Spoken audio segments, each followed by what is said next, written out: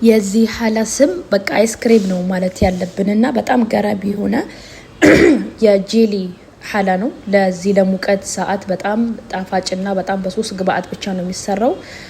እና ወደ አሰራሩ እንሄድ። ሰላም እንዴት ናችሁ ፎሎወሮች? ደህና ናችሁ? እኔ ደህና ነኝ አልሐምዱሊላህ።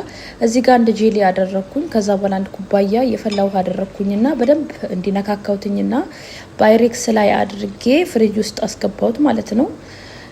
ፍሪጅ ውስጥ ያው እንትን እንዲልልን። ከዛ በኋላ አሁንም እንደዚህ በሌላ ሳህን ደግሞ አንድ ኩባያ ውሃና የፈላ ውሃና አንድ ጄሊ አድርገን እሱንም እንደዚህ በደንብ እንመታዋለን።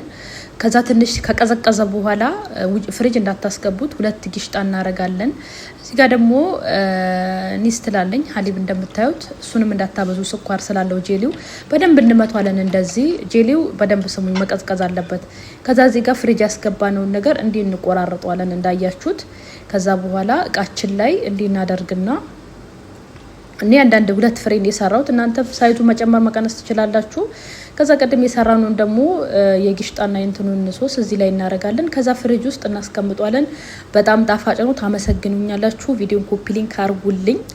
ፍሪጅ ውስጥ ደግሞ ከ2 ሰዓት እስከ 3 ሰዓት አስቀምጡት እሺ፣ በደንብ እንዲ